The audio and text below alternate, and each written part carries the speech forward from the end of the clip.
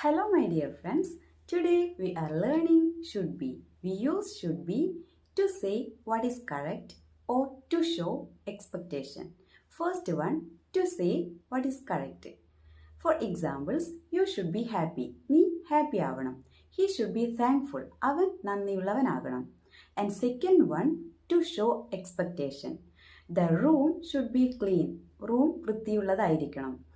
The work should be easy. ജോലി എളുപ്പമുള്ളതായിരിക്കണം. Remember, you should be proud of yourself. Thank you. Hello my dear friends. Today we are learning should be.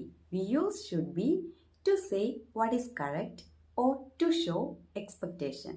First one, to say what is correct. For examples, you should be happy. നീ happy ആവണം. He should be thankful. അവൻ നന്ദിയുള്ളവനാകണം.